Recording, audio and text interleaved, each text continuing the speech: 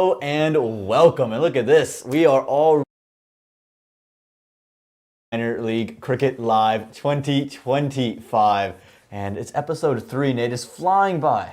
Yeah, the third week was very exciting. Things are getting, the playoff picture's getting clearer or muddier depending on the division that you're in. But yeah, a lot happened this weekend. We had history made. We're going to get to that shortly. But what a fun weekend. And Church Street Park wrapped up this weekend for the regular season. Yeah, a lot of incredible stuff to go down this weekend. For those of you who are joining us, we appreciate you guys. Please put stuff down in that comment section, the chat section. We'll try to get to whatever we can. And any questions, comments, anything that you have for us, we're happy to answer what makes the show fun. Which, absolutely right, Nate. Some history. Obviously, Church Street Park is something we hold near and dear to our hearts, and that had closed off for the regular season. But plenty going on up north to start the weekend, and somehow we had Friday and Monday games, even though there was no long weekend. That's how much we love minor league cricket. But I want to take us straight to the east. And let's start out with the games out there. We'll start out with the Friday game, just the one. It was the New Jersey Somerset Cavaliers taking on those New England Eagles. Now, the Somerset Cavaliers, they were sent into bat first, and it was a day for Kennard Lewis to remember. 73 off of 45, showing exactly why he is who he is. And then Najaf Shah said, hey, guys, don't forget about me as well. Yes, Kennard can score, and I can do this. Yorkers to start an innings. He finishes 3 for 11. And yeah, attacking the pads all day long, making that umpire's job very, very easy. New England Eagles, they get bowled out for 87. And that was all she wrote as the Cavaliers claimed a win on a Friday. Now we got Friday game out of the way, just the one. Saturday, a little bit more action-packed. Let's move on to it. It was the New Jersey Stallions taking on the Yorkers on that first game on Saturday. The Stallions, well, they scored 168 thanks to a Sai Mukamala 82 off of 54, continuing his phenomenal form. Manhattan Yorkers, they only managed to get 105 thanks to Rushik Patel. He took 4 for 15 and was quite brilliant with the left arm spin. Moving on now as we see Stephen Wigg take a phenomenal catch. The New England Eagles, they took on the New Jersey Somerset Cavaliers on that Saturday. And the New England Eagles, well, they did not get off to a great start with the bat. 87 for 9. It was Salman Nazar's 3 for 31, paired with Viraj Desai, who went 3 for 12 in his overs as well. That kept things down. And Chandrapal Hemraj, well, he had an unbeaten 50 off of just 34 to win the game in just 10 overs and didn't even need a big bat celebration either. Then we move on to Philadelphians taking on the New York City Titans. It was the Philadelphians who got off to a shaky start thanks to a lot of wickets very early. Look at what this scoreboard reads as Laban takes 2, and it was 4 for 3 at one point, and the Philadelphians, thanks to the young Omkar Zope, well, he scores 50 off of 35 and kept the wheels turning. He put off to 146 for the Philadelphians to pair alongside Jay Kishan Parwani, who scored 46 off of 38. And the Philadelphians were able to salvage what would have been a bad innings. Bhaskar Yadav, he takes 3 for 23, and the Titans fall for 94 in just the 16th over. Unbelievable Saturday there, Nate. I thought that Philadelphians-Titans game was maybe a game that showed momentum at its very best. Oh, yeah, no doubt. And that Zope fella, he's putting it on. The last couple of weekends, he's done pretty well. So there's a lot to look forward to in this division as far as young players. Mario Laban, he's so brilliant. Exciting to watch, isn't he? He's got genuine pace, and he can really change up things for sides. I think Sai Mukamala as well. He took a wicket in that game. I mean, this guy, on those sluggish wickets, keeps finding ways to score big runs. Yeah, and, he's at the top of the runs now in the East. Just showing off his form. I mean, he's averaging, he's striking at about 150 internationally. Yeah. This is a guy we've gotten to see. We talk about how this is the 5th year of minor league cricket. We're excited. It feels like a big milestone. But in those 5 years, Sai Mukamala has really reinvented himself as I don't know if he's reinvented himself or he's just proven himself time and time again, but he's for a long time, people thought he was a one-day player. T20's not his strong suit. Now it certainly is a strong suit. Yeah, and I think it is a reinvention. You think about the way minor league started for him. He was struggling to strike at 90, and now he's consistently striking at 150. And I think it is that continue to play against the best of the best, continue to play on turf wickets, and I think he's just found that whole other gear about him. I think for the Somerset Cavaliers, you look at that batting lineup, they're starting to fire. Kennard Lewis with a 50 one day, then you chime in with a 50 from Chandrapal Hemraj as well. Gaj Singh's already had a great start to the year. I think this is a team, if they get hot with the bat, they could be really fun to watch. Yeah, it's absolutely. And then, the Stallions undefeated so far. Really want to get back into that Super 8. And kind of last season in the Super 8, they really did poorly. Yeah. They're a team that's always at the top, near the top of the table in the East. And I think they want to get back to that Super 8 and prove themselves and get back into finals weekend. Well, there's a long way to go before we get to that finals weekend. Let's jump into Sunday's matches here out on the East Coast, because we started with the Yorkers taking on those New Jersey Stallions. And the Yorkers, well, they were led by a young pairing. Pranav Jatapalliam, 68 off of 50 with some dramatic shots from the left. And then he was helped along by Deep Patel, who scored 44 off of 50 to get the Yorkers to 133 in their 20 overs. But the Stallions made actually quick work of it. It made it look easy. 134, they were able to score 19.2 overs thanks to Kristen Thurton's 69 off of 40, unbeaten, and they cruised to a victory there. Then the Philadelphians took on those Somerset Cavaliers, and the Philadelphians, well, they were undone for just 105. 4 people with 2-wicket hauls, including young Rishi Shimpi, who went 2 for 16. And then with the bat in hand for the Cavaliers, it was another day for Kenar Lewis. 50 off of 52, and Shazad Hope, he took a couple of wickets early. But again, it was all the big fella. Big fella scoring runs, pull shots to the left, and then kept it flowing, and the Cavaliers cruised to a victory to close on a Sunday. Nate, again, this Somerset Cavaliers team feels like they have all the answers. Oh, they sure do. They always prove themselves. They always come back from any disappointing outcomes, and they really have done that here. Kenar Lewis once again having another good weekend. Yeah. Interestingly to me, what about Pranav Chatapalliam, the youngster, having such a good innings? It's fun to watch these USA U19 guys that kind of emerge in minor league cricket. We're starting to expect this from him every week now. Yeah, I mean, again, this is a very talented young cricketer. I remember talking to Yasser Muhammad down in Grand Prairie. This would have been back in October, so not even just coming off of that minor league season. And he said to me, that Pranav kid, man, he can play. Yeah. And you get someone like that who's made it to the national team, who would see Saimo Kamala on a regular basis, grew up in youth cricket with him, would have seen Manan Patel in the nets every single day, to say that kid Pranav Chatapalliam is different. I think we can expect more and more, and maybe a similar trajectory for him as well. There was one game on Monday. Let's go to that one. It was the Somerset Cavaliers back in action, against the New York City Titans. And the New York City Titans, they held the Somerset Cavaliers to 137, but the Cavs were 58 for 4 until Gaj Singh scores 83 off of 47 unbeaten, and that proved to be too much for the Titans, who finished with 116 for 9. Najah Shah 3 for 16 in his 4 overs. Ryan Shun scored 48. Rishi Shimpi took 3 wickets, and it was all the Somerset Cavaliers. As you see, young Shimpi, another set of 3 wickets to his name, making it a really impressive weekend for the young man and for those Somerset Cavaliers. So, Nate, if we go look at that points table, the Cavaliers did a lot of great work over the weekend. Oh boy, did they ever. Right now, currently in second place with 12 points and 2 games to go. But yeah, they definitely climbed up here. The Philadelphians in some trouble. But what are your thoughts here about this table? Who's going to finish first? Yeah, it's hard to tell. I think the Stallions, again, they look tremendous with the way they've started. Obviously, the 12 points, no losses to their name. The Cavaliers have played those 2 extra games. The Philadelphians are in a real spot of bother. They felt with the addition of Cornet Dry that they could have been a real competitive unit here. I think they might be falling away from that top 2 very quickly, and could be within the week. And the Titans have to be disappointed after a fast start. Surprising a lot of people early on. They do happen to have 4 games in hand, though.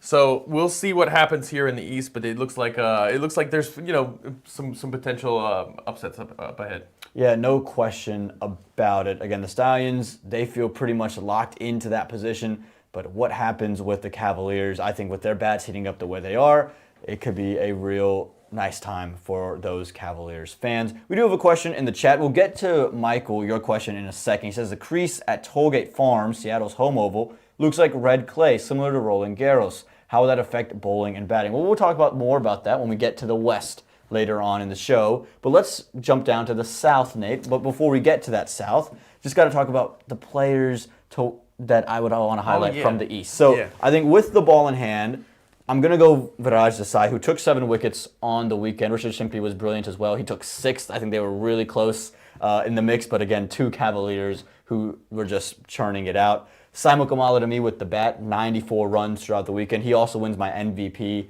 took that big wicket. I think for the Cavaliers, one of those batters could have easily won it. It was just the fact that you had 3 different batters with individual 50s on the day. But I think Sai has just been maybe the most consistent guy on the East. Yeah, good shout there. You know, it's not too long ago we're talking about some of these guys as emerging players of the week, you know, and now they're every single week in the equation of player of the week in the division. No question. All right, time to head down south, Nate. Everything at Church Street Park this weekend. Break it down first. Well, we're going to start off with a game on Friday between the Baltimore Royals and the Fort Lauderdale Lions.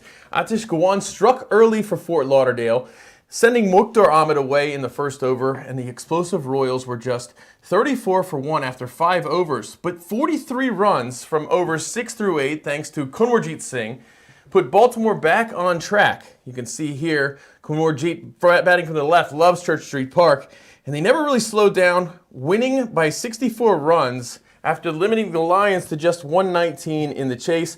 Kunwarjit finished 37 from 22. Agni Chopra, 42 from just 22, and 2 wickets from Shil Patel and Sarbjeet Lada for Baltimore as they continue to go undefeated in this South. And the only hiccup for them so far was the no result where they were absolutely dominating Morrisville, but it got washed out after a first innings where they bowled them out for 63, I think it was. 63, yep. And, you know, so Baltimore definitely wants to, you know, continue to dominate, and they're going to have a chance up in the coming weekend in Atlanta to prove themselves even more.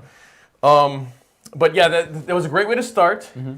And we're going to move on now to Saturday, which featured a couple of games. First of all, Fort Lauderdale versus Morrisville. And let's go to the 14th over. A 90-run first wicket partnership between Mario Rumbersad and Ronak Sharma had the Lions roaring. But on try, you saw that breakthrough right there. In the chase, it was all Mahir Patel. The Canadian put on a clinic, scoring 84 from 63. And the Raptors got over the line with 2 balls to spare in a very close innings.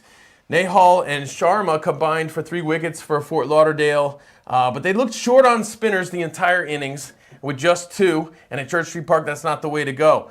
Sharma for Fort Lauderdale also scored 71 from 53 balls, and Raj Nanan was back in form with a wicket and only 12 runs conceded in his 4 overs for Morrisville.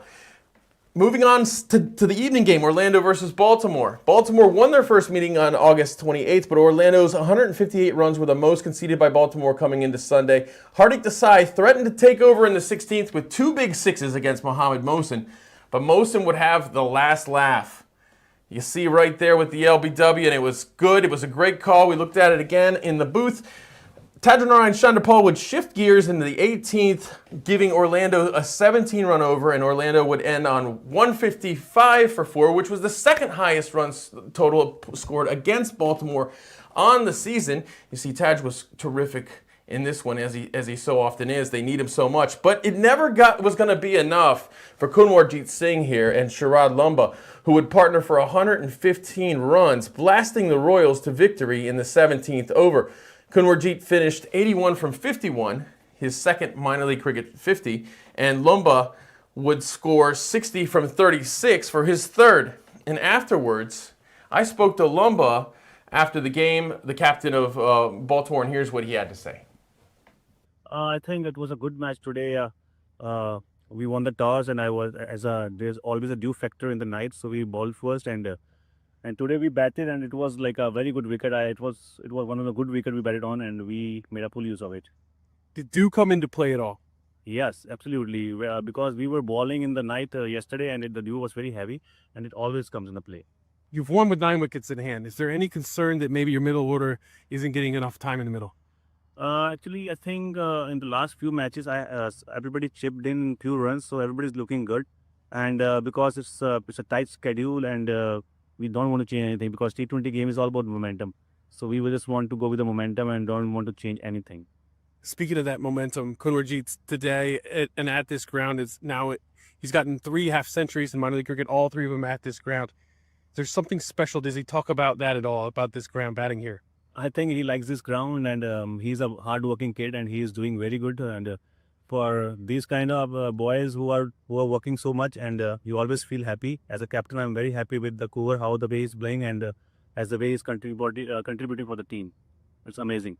And you mentioned his hard work. You see it in the field. He hustles very well. Another who seems to hustle quite well is Agni Chopra.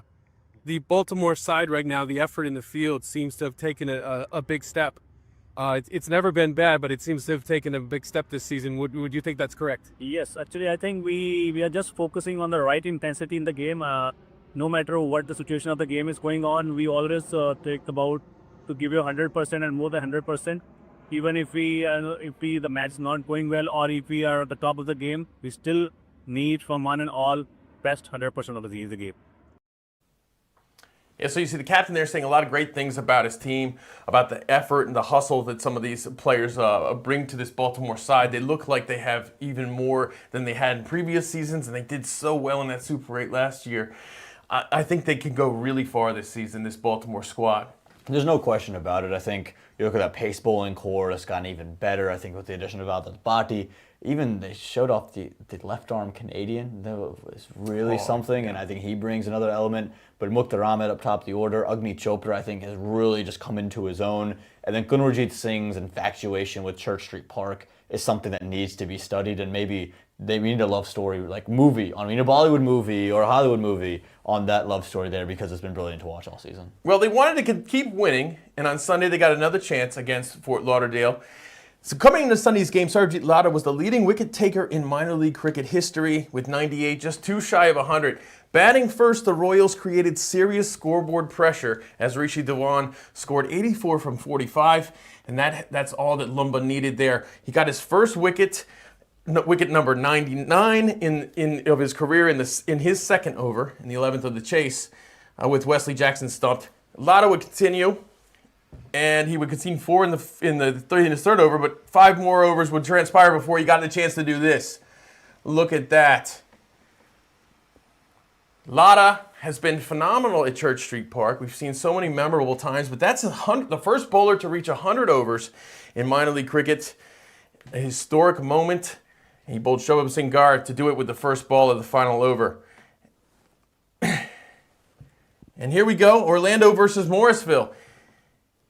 The first innings would belong to the Raptors bowling as Aaron would claim the all-important wicket of Chandrapal, which gave Orlando too big of an uphill fight. Aaron would end with amazing figures of 9 runs for 2 wickets in 3 overs, and all 6 Raptors bowlers would take wickets. George Baldwin's 40 from 33 at number 3, and check out his batting right here, would be enough to guide Morrisville to their third victory, chasing down the poultry target in the 16th over. Ansh Rai, Raj Nanan each took 2 wickets. Somagashe would add another, and the spin attack for the Raptors looked phenomenal. Yeah, they looked really good on that day, and it was, there's a clear division in the division, if you will. There's a top 3 and there's a developmental 3, and the Raptors have proven time and time again that they might be the best of the rest in this division, and I think it's largely hinged upon the success of Ansh Rai really ascending as arguably their best bowler at times. Obviously, Raj Anand comes in with the experience and the pedigree, but Ansh Rai has been right up there in terms of class and consistency. And consistently, I think, he's probably outfoxed Raj Anand from his end. So he's been a real bright spot. When they have contributions with the bat, when we see Mihir Patel score, we see George Baldwin score, they win. When you don't see those contributions, and the story writes itself. Yeah. I think Ansh has been their most consistent bowler, which is something to say for a USA U19.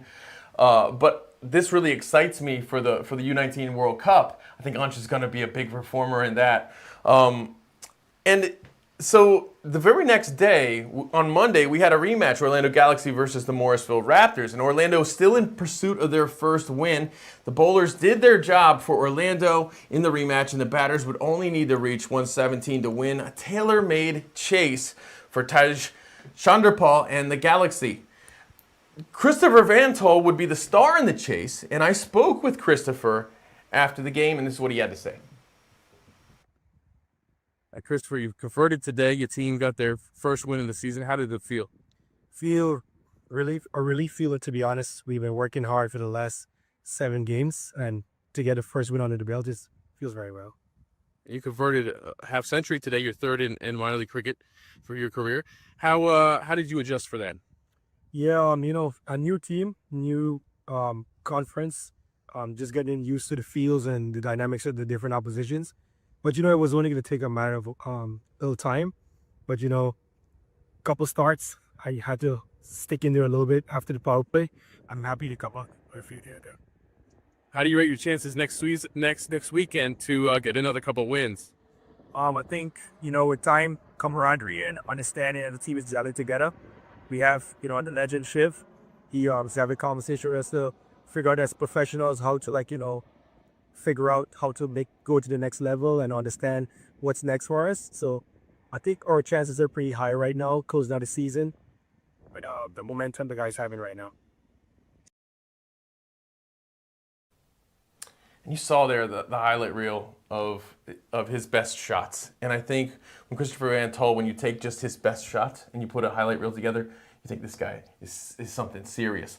And he was always on the verge of that of breaking through and getting a 50, but he finally got one in that innings. Yeah, I think he just showed a bit more maturity through the innings. I think him and Chandrapal had a great understanding of we don't give wickets to Nanan and Rai. We can really take advantage of the other bowlers. And again, that's exactly what they did. Nanan and Rai both went an economy under 6 through their 8 overs, but they didn't take a single wicket. And then it was just bang, bang, bosh. And it was all she wrote for the Morsa Raptors. And the Orlando Galaxy, they claimed their first win thanks to a big 50 from Tejashree Chandrapal. Huge win. The big thing is, Raj Nanan and Ansh Rai, they played them out for a total of just 21 runs across their 8 overs, but no wickets. That was the key. Yeah. In between innings, I overheard some of the players saying that we're not going to go after these 2 spinners. We're just going to see them through. And boy, did they accomplish their goal. And going back to Saturday, Sarbjit Lada, first to 100. When the season started, we were talking about a couple of bowlers that we could say that him and Fanu Sanhadri. Who are tied neck and neck for, I think, 84, 85 wickets in minor league careers. But how amazing has Sarbjit Singh Lada been? I mean, again, he just has all the tools in the bag, and he has a great understanding of what works here in minor league cricket. We've seen Mohammad Mohsin struggle in minor league. Why is that? Well, because he's a little bit too quick through the air for this particular level of cricket. In Major League, that works great. And you see what Sarbjit Lada does. He slows it down. He throws it up. Mohsin has since started to do that, and his results have picked up because of it. So Lada, he's a minor league beast, and he continues to take it. That googly just comes out, and when he takes wickets, you can see there's a different energy around the Royals side. So typically you think about your Dale Steyn with the big celebrations, your Mitch Starks. They're the energizers for a group. Sarbjit Lada is that Royals energizer, and for their success really hinges upon him. And hinges upon his wickets. I think that energy in the field is so different when he's in that wicket column. Well, you did have a chat with him afterwards, didn't you? Yeah, absolutely. We got a chance we ran after Sarbjit Lada after he took his 100th wicket. He wanted to run away, straight, both arms up in the air, and run straight away. But no, he did talk to us, and we had the pleasure to go and sit down and ask him how it feels to take 100 wickets. Have a listen. Firstly, congratulations. Lada, 100 minor league cricket wickets. Tell me what that means to you. First of all, thank you, and thank you to my teammates as well. 100 wicket taking, obviously is taking I actually don't have a words. It is so feels good to taking 100 wickets, and all thanks to my teammates, my coaching staff, and it's a long story. It started with DC Hawks, and now playing for Baltimore Royals. And to be honest, it's my job to take wickets for my team, and whatever is happened and how it happened. Brilliant to hear from Lada, and again, he was just kind of at a loss of words. It was right after the game, and why not? The emotions would be running high. Nate, let's take a look at the table here for the South. Yeah, we'll take a look at this table, and there's some interesting stuff ahead here for this South Division. And you'll see right there, Baltimore at the very top, but they've played 7 matches. They've got 13 points, haven't lost yet. But just below them, with 5 games played, the 2 Atlanta squads, who are performing quite well. Also, the Atlanta Fire with a huge net run rate advantage there of 3, almost 4, and it's unbelievable. And the Lightning with only just the 1 loss. But we're going to see a lot of great games this weekend in the South. Let me read you off who's playing who. We've got, starting on Friday, we got Atlanta versus Morrisville. Atlanta Fire versus Morrisville. The Lightning versus Baltimore. Saturday, Morrisville versus Lightning. And Fire versus Baltimore. Orlando versus Florida. On Sunday, Baltimore versus Fire. Lightning versus the Raptors. And then Lauderdale versus Orlando. So we're going to have a situation here where Baltimore is going to get in the mix with these two Atlanta sides, and they're playing the Lightning twice and the Fire just the one time this weekend. Actually, they're playing the Fire twice and the Lightning just one time this weekend.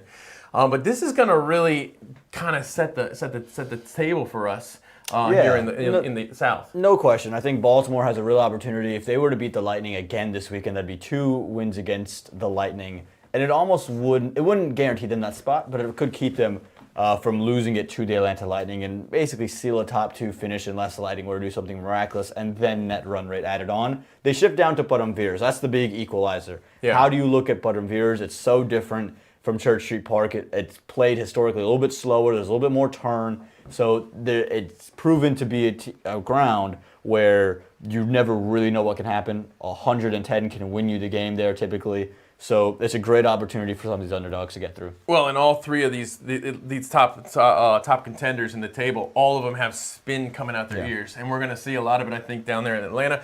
The South Player of the Week this week, Tajanaran Chanderpaul, 141 runs in 3 innings, 3 wickets with the ball, and he captained his team to their first win of the season.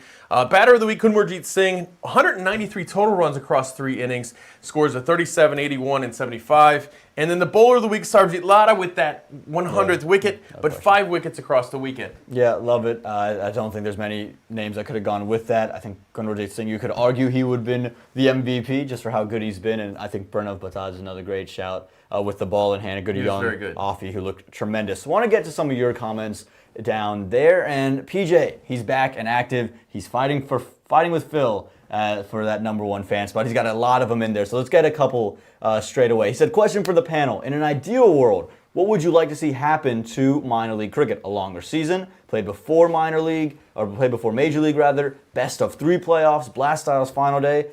I think, and what I think ideally for me would be the schedule, I would like to see half the season played before Major League Cricket, and the other half to follow Major League Cricket. Now, I think the first half, you get a regular season in there. You can then do your supplementals based off minor league, and then you can come back for playoffs time. And I think that's a fine way, or even the last 3 weeks to playoffs from there. I think also an extended season could be nice, but I'd like to see Major League kind of bisect a minor league season. Yeah, I think I miss I do miss the 10-week season. Sure. I'd like to see 5 of those at the front and 5 of them at the back, just like you said, sandwiching the Major League. That's what I would love to see. I think I really do like the Super 8. Mm-hmm. I love the Super 8. I think it throws a great wrinkle in the mix. And, I was sitting there thinking, man, I missed the best of 3, but I love the Super 8. Yeah. So I think the Super 8, it's a great innovation. I think it should be here to stay. We'll keep moving down. He says, is there another cricketing nation, both full and associate, developing so many quality spin bowling options as USA? I think not. That's what he says. I don't know. Nepal seems to be Nepal's always got a couple. Oman's got a couple of youngsters who keep running through. There's But always he said full or associate. Yeah, exactly. So there's plenty of them going through. But agree, there are so many quality young spinners here in the country, and that's something to be excited about. Lee Matthews says the Philadelphians rule, and they do. Can they rule themselves back into the top 2? We'll have to wait and see. Mohammed A. Khan says before season. I think he's referring to Phil. He wants minor league before major league. Don't mind that. In there, PJ then goes, why has Liam Plunkett played no minor league matches in 2 seasons? Well, we are unaware as to why Liam Plunkett hasn't played any minor league matches, but he's very active within that Philadelphians camp and is a big part of why Cornet Dry's there now. Yeah, absolutely. I'm not really sure why. I do know that he's very particular about run-ups and things like that. He's very particular at watching his ability, his injury potential at this stage in his career. And he's doing an awful lot of coaching and stuff, so it's probably got a lot to do with it. And we'll keep moving down. Then he says, and this one I feel very vindicated on, is Obis Pinar the most underutilized player in MLC? Such a quality player who has never been given a proper role. Still a serious talent and one of the best cricketers in the nation. I agree with half of your statement. I've said for a long time he's the most underrated cricketer in the USA, but I think he's been given a great role with the Washington Freedom. He is their big finisher at the back end who can also come in and stabilize. He is the Swiss Army knife that is so unique. He's a unicorn for USA cricket. I think he needs to be in the USA colors. I've said that for a while now as well. It's because of his ability to do exactly what he does with the Washington Freedom that makes him one of a kind. And not just that, his fielding is very, very good. Tremendous. So he's got to be in the USA. And he's to bowled me. brilliantly in the last couple of Yeah. weeks now here in minor league cricket. Yeah. And then PJ's got one more. He says, Anders Kos has batted 1 through 5 in franchise cricket. What is his best role going forward for the USA? And what is the USA's best T20 top 3 at the moment? This I feel like this is the easiest question you can ask about USA selection. Your top 3 Yeah. at the moment. It's pretty. It's pretty cement. Monang Patel, Sai Mukamala, and Anders Kos. I don't think in that order. I would say I'd open personally with Monang Patel and Anders Kos, and then Sai Mukamala batting at number 3. But I don't think you can go wrong in any fashion. No, I would definitely open with Josie. You saw what he's done in the CPL this season. Oh my God, the innings last night. Yeah, Brilliant. He's been absolutely fantastic, and we know that we kind of come to expect that from him at this point. Fair or unfair, we do expect that from him. And let's talk about the division that he will be back in whenever he is done with the CPL. Hopefully, it's after, well, he'll be back now, won't he, after that loss they suffered thanks to Saurabh Netravalkar's 3 wickets. Yes. He'll be coming back into the Central Division. So let's move into that Central Division, right into his team, because they played on that Friday. It was Kings 11 Dallas taking on the Metroplex Tracers in what should have been a good one. And Kings 11 Dallas, they were bowled out. They were bowled for 109. Shubham Ranjane 2 for 19 in 3 overs. And look at this one, swinging all the way back, take off the stumps. And then Joshua Tromp 61 off 40, bang, bang, bang. One more just for good measure. And he finished not out along with Shubham Ranjane, who scored 14 off 9 just to close the day off. And that captain, he's been brilliant for his team. And that was Friday. The Metroplex Tracers upset Kings 11 Dallas. Many would have thought that team wouldn't lose a game. Now they've lost a couple of games, Nate. Yeah, that's something else. It's we kind of come to expect Shubham Ranjane to put up these big scores in yellow. Yeah. It's kind of a flashback Maybe to a that's couple the months ago. maybe that's the secret. Maybe gotta USA when he gets there, and we think he should be at some point. Boy, that maybe would- sneak just a streak of yellow Streak of across yellow? his jersey. I don't know where you fit it. Maybe on his shoes. Maybe wear All yellow of a sudden shoes. we look like Nepal then because they have the red and blue with a little bit of yellow. Okay, so maybe yellow handle, yellow shoes. Maybe that's where we go The for. yellows, and then exactly, and then the software can pick up his highlights and Exactly, Rishi, we got it, you. We'll move on now into Saturday. It was Kings 11 Dallas again. They took on the Lone Star Athletics, looking to bounce back. The Lone Star Athletics, they picked up 173 thanks to a great opening partnership from Jay Desai, 53 off 29, and Nitish Kumar, 74 off of 47. Rishabh Shimpi, he did take 3 wickets alongside Obis Panar's 2, and it was actually Obis Panar's wicket that broke this partnership right here. Skies up Jay Desai, and things started to shift, but the Lone Star Athletics did finish with that 173. Obis Panar, he scored 59 off 51, but you have to take a back seat here. It was Corey Anderson's 101 off of 48 unbeaten that got Kings 11 Dallas over the line in 19 overs, and he was absolutely brilliant. Moving on, the Tigers took on the St. Louis Americans, and the Tigers, Abhimanyu Lamba was all over them. 116 for 8 they were done for, and was 4 for 28. Great catch there off 4 overs for Abhimanyu.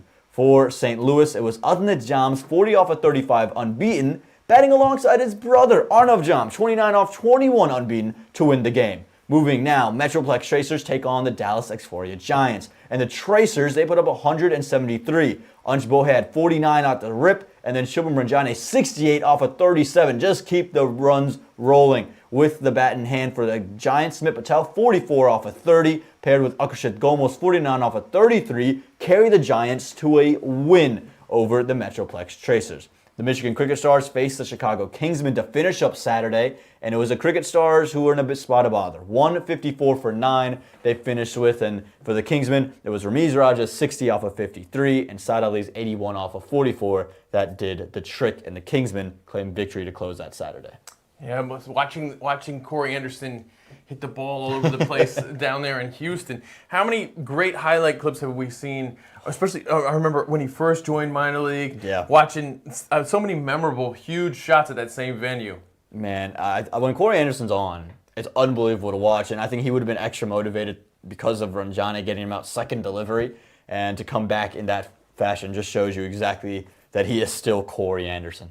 Yeah, he is something else, that's for sure. And then Ranjane is something else as well. I Yeah. mean, he continues to score runs, and then with the ball, if Ranjane is bowling like that, Lord. The in swinger he did from over the stumps. I tell you, I compare that to a Brendan McMullen in international cricket of Scotland, who arguably right now is one of the best all-rounders in the world, and he's not express pace. He bats at number 3, very similar to Shubham Ranjane.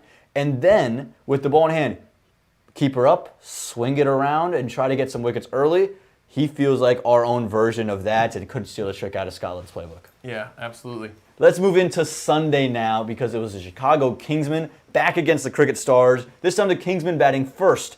Hamad Azam, he put up 52 runs of his own off 39 deliveries, propelling the Kingsmen to 173. Hassan Mohsin, he didn't take 1 wicket, Nate. He didn't take 2 wickets, Nate. He didn't take a third because this was an LBW. He didn't just take 3, he didn't take 4, he took 5 of his own. Had a big celebration to close. The Cricket Stars bowled out for 108 and the Kingsmen win. St. Louis Americans were back in action against the Tigers. And Noman Anwar, it was his day and everyone was living in it. 117 off of 63. The Americans finished with 198. But go to the last over here, ladies and gentlemen, because with 14 needed from the last, a 6 off the first legal delivery after 2 wides, then go to the last ball, need 3 from it, a perfectly executed Yorker, nutmegged through his legs, 4 runs to close the game. Heartbreak for the Americans, ecstasy for the Tigers. The Giants, they took on the Lone Star Athletics to finish the game, and then it was Hamza Khalid's 3 for 29 in the 4 overs that kept the Giants to a low total.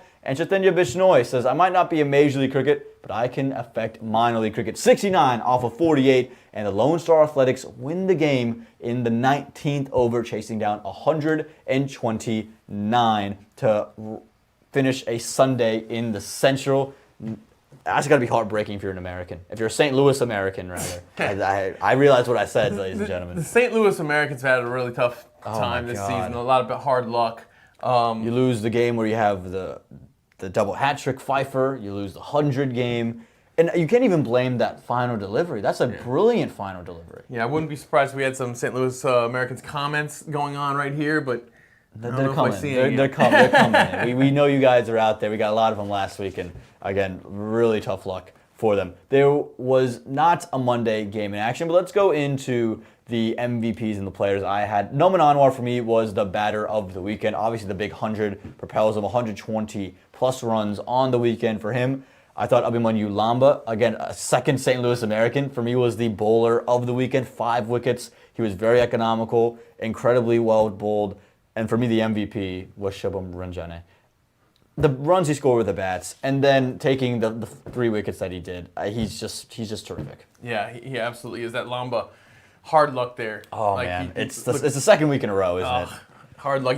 He looks so good. Let's take a look at that table, because the Central table, there's the most teams in this division, 8, and you see the 2 teams at the top. No surprises when you think about what we said before the season. The Kingsmen, they are up 12 points with just the 1 loss, and Kings 11 Dallas 10 points with 2 losses, 2 no results. But Nate, they're going to get back at Andres Kos. They've lost in Unmuk Chan for a minute. He's out promoting his movie Unbroken, which is getting unbelievable reviews out in India. Got to get to a place to watch that.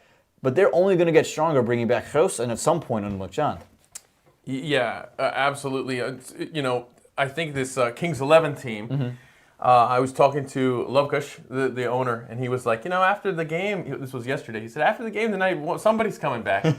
So yeah, it would have been Ali Khan or Andres. And, Andres, again, just fills that need up top of the order for them. I think it's going to be huge. Xforia, they're right in this, alongside Metroplex. I don't think they're that far out. 9 and 8 points between them. Kings 11 slip up again, and they might be on the outside looking in, Nate. Yeah, you can't make a mistake here. Everybody's played 8 games in this division, which makes it nice and tidy. But yeah, you can't slip up if you're this Kings 11 team. The pressure is definitely on. Yeah, I mean, again, this is a loaded division, and you even look one place further. Lone Star, Chicago Tigers, I wouldn't even classify them as out of it because, again, only on 7 points, but second place is on 10. That's a 2-game separation there, Nate. Yeah, it's a loaded division. These teams are just so good. And Friday, we'll get to see a great matchup straight away. The Xforia Giants taking on the Kings 11 Dallas team. And right there's your opportunity to flip the script and then move Kings 11 to third to start a busy weekend. Yeah. The chance is right there. It's in somebody's hands. And Kings 11, they play Dallas twice. So this is it's a battle. It's the Dallas Derby, and they play each other twice on the weekend. And if Dallas Exforia win twice, Kings 11, even if you get Andres and don't look back, you might be missing those playoffs, and that would be a huge upset the whole way through. It would be an absolute serious upset, as loaded as that team is. It would be unbelievable to think of that. How about the Kingsmen, though? They're brilliant, and I think there are a lot of people who counted them out coming into the year because, you don't have Ihsan Adil anymore. You lose, a couple of the big names, but you still kept Hamad Azam. You kept Jatinder Singh. You have Ramiz Raja. Hassan Mohsin's there. This is a great team. I don't even think Hassan Khan's playing because he's in the CPL. I think, is coming back now as well. This team's only going to get better, and they're playing like the best team in the league. Yeah, we've had quite a decent amount of no results there. Yes. As well. It feels like they're playing in the South. Yeah, it does. Isn't it been amazing, the South? We won't jinx it yet, but knock on wherever there's wood. Nate, there we go. Yeah, thanks. Yeah, that's great. All right, and we'll pass it over to you as well. Head over to the West. What's happening out there? West, we started with a game on Friday between Seattle Thunderbolts and the East Bay Blazers. Lahiro Malanta's 85 off of 57 helped Seattle to 154 for 5 at Tollgate Farm Park. There's that clayish looking wicket that they were talking about.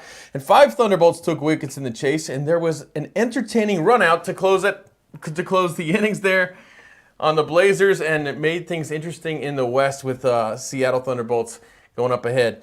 Saturday, they had a rematch here. 14 overs into East Bay's chase of 128. The Blazers were sitting at 99 for 1 with Gowda and Sanjay on a roll. Sujat Nayak would take 2 wickets in the 15th, and Matt Hennig would play hero with 2 more in the 17th and another in the 19th over. Look at those great catches there. Here's another one from our guy. It's called cricket? More like it's called catching. That's right. And there's another one from Hennig, who was an absolute star. As things got tighter, you see here, they only needed 8 in the final over, and Hennig gets a run out. East Bay get greedy and their run out, and they need 3 on the final ball to win, and they can only manage 2. And we go to a super over where East Bay put up only 7, and Sharma and Lahiro would glide the team to victory in the second innings of the super over to win in 4 balls, and Seattle wins 2 of these games against East Bay. Big surprise to some.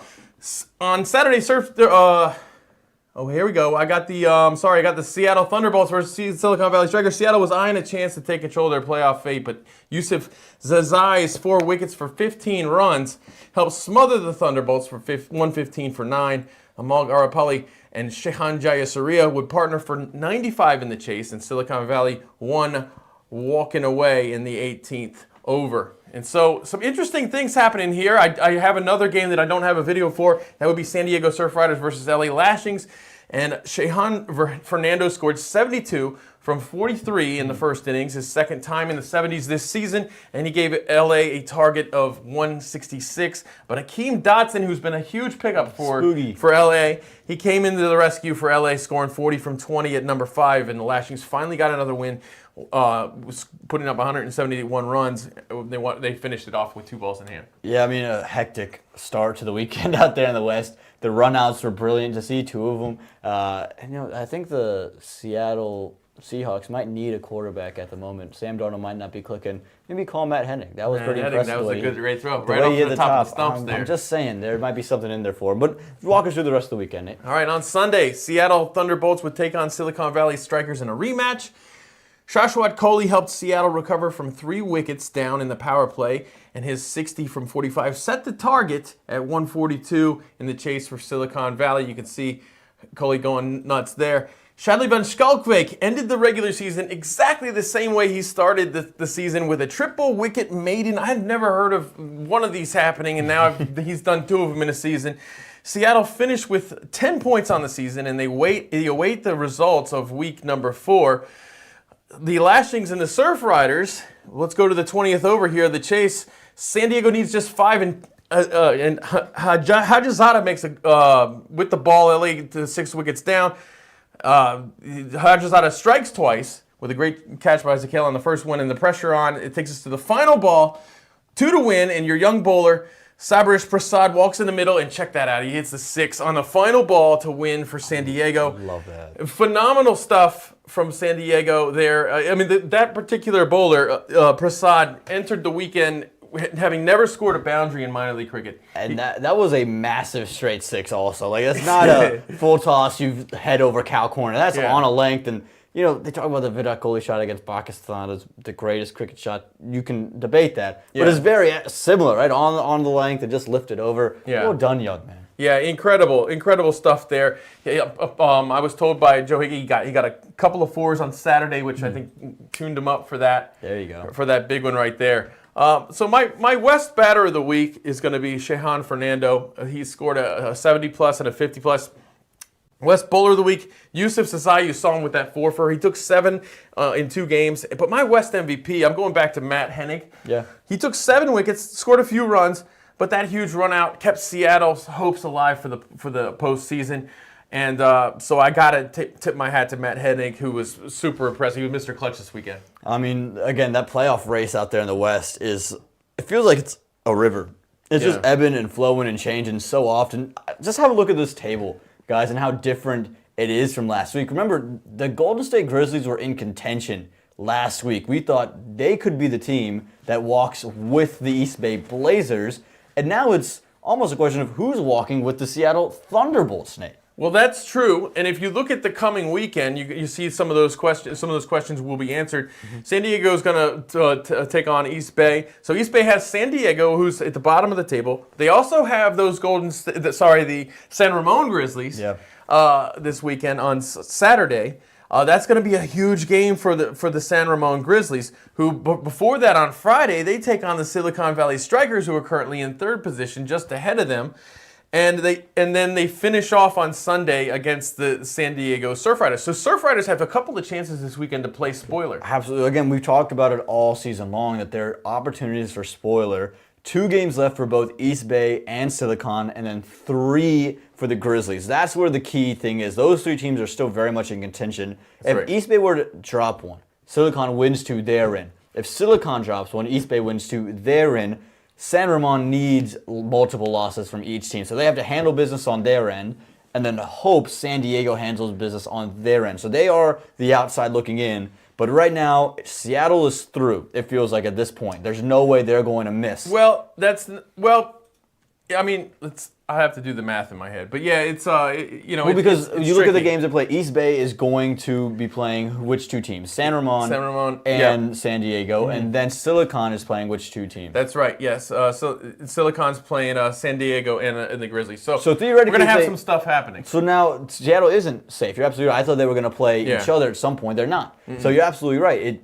No one is locked. It could be a case where both East Bay and Silicon walk through. Yeah. That's an incredible finish, and maybe the most wide open division we've got. It's crazy, and Seattle will be watching some games this weekend, I'm sure. Yeah, they are finished with their matches. Them and the Lashings. That's why they aren't being conversed right now. About 10 matches. That's all you're playing in minor league cricket. Yeah, Lashings had some bad luck, got some injuries throughout the season. It looked like they were about to win their 4th game and end on a good note, but the 6 on the final ball, just wouldn't let them get away. It's a killer. And we've had a killer start to minor league cricket. Week 3, we're not at the halfway point yet, but we're getting very close. But we've had some unbelievable plays. Nate, I want to talk through the top 10 plays of the week. We love putting these together, and let's run it. Top 10 time here. And we'll start with Rahul Basul finishing it against the St. Louis Americans. 4 from the last ball to win that game, and elation for the Tigers. Kunarjit Singh had an unbelievable weekend, and he rocks in at number 8. Seeing that live, Nate, was so special. He's so good. Hennig's death heroics against East Bay. Just have the throw in there. Bang. He also took 3 wickets as well. Lehiru Malanta, 81 runs, including that flourish with the bat. Simon Kamala says, East wickets, West wickets, Central wickets. I'll score 82 runs for him in that matchup there. Then Hassan Mohsen takes 5 in a huge win that the Kingsmen pick up, expanding upon their dominance. Noman Anwar, well, he says, I can score 100 here for St. Louis at ACAC. Didn't win that game, but a great moment for him. Corey Anderson overshadows him, though. 100 off 48. Yes, please, and a check mark for that. The second moment that we have, Sarbjit Ladda, the 100th wicket of his minor league career. So tough not to put this number 1, seeing everything that he's done. But a triple wicket maiden to start the season, and then a triple wicket maiden to end the season for one Shadley van Schalkwijk. And those are your top 10 plays. Oh man, we just talked about some of the minor league greats there. USA great, Shadley van Schalkwijk there with the, doing something like I said. I don't know if I'd seen a triple wicket made in minor league cricket. I don't know if it's happened, but it happened twice for him this season. Unbelievable. Joe Hickey has joined us in the comments. He says, Grizzlies have control of their destiny, though. Beat the Blazers and took strikers to the final ball. So we've seen them compete already, and with those matchups already coming up this weekend. Because they got the 3 games. Absolutely, Yeah, exactly. the 3 games. They They got do control. control it. Those first matchups between East Bay, SV, and I'm blanking on what SV stands. Silicon Valley. There you go. Yeah. I've never seen anyone go SV. I've always seen SVS. And then San Ramon over Labor Day makes these games this weekend mouth-watering. Absolutely They are mouth-watering. mouth-watering. Joe Hickey, I spoke to Joe Hickey today to catch up on the West a little bit. So he filled me in on a lot of these things earlier. He's such a great resource. Helped us out on the broadcast at Church Street Park this weekend. Gave us some really nifty stats. I got to shout this out. We're sat there. Nate comes up and says, Joe Hickey's broken down every power play batter and bowler in the South. I'm like, Power play, middle overs, death, ball everything. by ball. And I said, Joe's calling games. Joe, where are you getting the time to do this? And we thank you so much for doing it. It adds so much to the broadcast. But how in the world do you have time to go ball by ball, score it by hand? I know the spreadsheet. I've seen it. This is unbelievable. Yeah, he's out there in the Bay Area. He's got time. There's a 3-hour time difference. He's just he's got access to better AI. Is that what it is? Are you working on something? Are you and Rishi Ramesh in cahoots here? Smith Patel's got something for you, Nate. He says it's time for a haircut. I disagree. No. I disagree, Nate. I'm saving a lot of money, Smith. You can join in on this. Join the bandwagon, man. Save some money. I like the flow. Guys, what you haven't seen is Nate Hayes racing across Church Street Park to get a pen, to get an interview, and the locks flowing in the hair. It is hot in here, though. We're in here rushing away. It's hot in here. We need a fan just to blow on our I think if we our got you a faces. fan, Nate, everyone would just be stuck staring at you and never want video on screen, and we wouldn't be watching minor league We cricket. put this show together like South Park every week. It gets tight, and Boy has to sit there and deal with all of us. And we thank him so much, because without him, this doesn't run. Let's keep moving through. Joe, he says, my wife's a programmer. We've streamlined some things. There you go. There you go. See, that's how you get quality time out of cricket. Nate, we got to learn how to do that. And bring the significant others into cricket. For Smith, he says, we might get a new USA debut in the next USA series. Well, we should hope so. We should hope so. There should be a couple of them. Maybe a Shubham Ranjane, maybe a Muhammad Mohsin, maybe a Rushil Garkar. Maybe an Obis Obis Panar. Panar. I think that should be an Maybe a automatic. Calvin Savage. There's a lot of names. Maybe a Kumarjeet. Maybe he's a U.S. citizen. Kunwarjeet Singh he's looking really good too. Oh, Smith says not might. 100%. Good. We hope so. We hope so. And hopefully it's wanna not see just these one. faces in there. Hopefully it's many, because there's a lot of talent. And that's not because anyone's doing a bad job, but we just want to see these faces earn their way into the team. Look, you got that World Cup coming up. Yeah. Start of next year. You don't have as many series to come. Got to start cycling through and try to get the most folks in there to see who do we actually think can work with this team, who does work with this team, and who needs to maybe wait their turn to get in. It would be great, and maybe, hopefully, a return of one Ian Holland would be very nice. Would love to see that. He's kind of deserves it after his, goodness. after what he's done. Yeah, he's captaining out there in county, and I think it'd be great to get him into the national setup. And that game last night, watching that game last night in the CPL was Yeah. so much fun, because you had Sorab, you had Andres Hoos, you had you had Kareem Agor coming into the Kareem innings. Agor could be a name that also could return to that USA team, because you got to Never keep know. him out of the West Indies somehow. Yeah, never know. And he's kind of lapsed a little bit the last few innings, but he did start off real hot. The way he was batting that CPL, he gives you another great option to run through. We have a lot of options. It's very exciting. And this is why we love minor league cricket, because we can talk about these options and see them perform against the other people that would be in that same mold. And Shubham going into the SA20. What a great thing that is. That's going to be phenomenal to watch and see his career even progress even more. I'm sure we're going to have some folks in that Nepal Premier League when we get those international signings. Remember, we had a couple last year. Yeah. I'm so excited for what the end of the year can bring. Even the Canadian Super, is it the Super 60? Canadian Super 60 has signed a lot of USA talent. Rushil Agarkar is going there. Ali Sheikh is going there. Yeah. He could... Well, he's made his debut already, but he can start to get back into the team. And all this minor league isn't just minor league for MLC. Yeah. I think it's a good place for a lot of people to scout. You know, because it's such a good level. So that's the exciting thing about it. And that's why we bring up these other leagues. And it's so wonderful now to have this window determined for Major League in next summer. Oh my goodness! Because the players can plan around this now. We can plan around this now. Yeah, it's Phil and PJ can plan around this now. Yeah, who's gonna get to more Major League games in 2026? Phil or PJ? That might be the counter that we might have to decide who's the number one fan. I'm going to say PJ more Major League games, Phil more USA games. Well, I think that's a given. Phil's going to get to more USA games, that's for sure. I don't think PJ, I'm sorry, I hate to break it to you. I know you were featured on the video the ICC put out because you were all decked out, but Phil's there. Every time I'm at a USA game, Phil's at a USA game, and it's darn impressive. Yeah, that's right.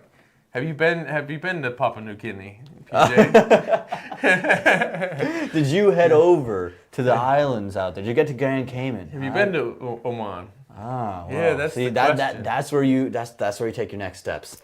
Just a little battle that we have. We thank you so much for joining us in the comments. We have so much fun conversing with you guys and being able to have those conversations. We feel like it adds something, and it's a community here at MLC Network. So we're always open to hearing your questions, seeing what you have to say. We also like it when you're able to break some news. Smith Patel has done it a couple of times I for know. us. Every time he shows up, there's a nice little tasty nugget. Remember way back in the spring, he talked about Agni Chopra and should be on the USA team, and then a week later, drafted into Major League Cricket. So again, we love having Sumit in here. We love having PJ, Phil when you can join in. Joe, great to be there. And everyone who's been a part of it. Just back to Michael, the crease at Tollgate, absolutely right. How does it affect bowling and batting? Well, there's a little bit of turn on offer. It just depends on the evenness of it, how well it's spread. It's a touch slower is the real key. Well, it allows the batters to slide into the sweep shot. Like a tennis player? Maybe it's the way we get Rafa Nadal to come and play some cricket with us. I think that's what we're looking at here. That's it. There you go. Well, we thank you so much for tuning in to another week of Minor League Cricket Live. Week 3, we're almost at the halfway point. There will be no games at Church Street Park, so we won't be on air. Nate, though, you're calling some remote games for us, aren't we? I'm doing a couple of New York games this weekend remotely. And that's going to be an interesting thing. I've not done a remote game before, so I'm going to do my best. Well, I'm excited for it. I can't wait to tune in. Bob Arbuthnot, he'll be taking his crew down to Atlanta, and as the South moves down there, and Orlando. So check out the Orlando Cricket Ground. That will be on display for the second week, and down in Buttermere Cricket Complex for the first week in minor league cricket. Have Faisal on the call there. Absolutely, Faisal Shah. He's done some remote stuff. Now he is back doing some live stuff, and we love his energy and passion that he brings into it. And knowledge. He's brilliant, and everyone who's been doing these games, Matt and Lenny Achaiba are up north, Brian Barish. You have Joe Hickey, obviously, Brian Walters, who almost got hit by a cricket ball, and I would be remiss if I didn't say that. Listen to the call. It's about 28:40 of one of the Central games out there, out at Prairie View, and he says that whizzed right by my face. And Brian, we thank you that it didn't hit your face, because that smile brings us so much light and joy. Again, we thank you so much for joining us here on Minor League Cricket Live. For myself, Aaman Patel, for Nate Hayes, and for Bob Arbuthnot, who makes all of this possible, we thank you so much, and we can't wait to see you again next week.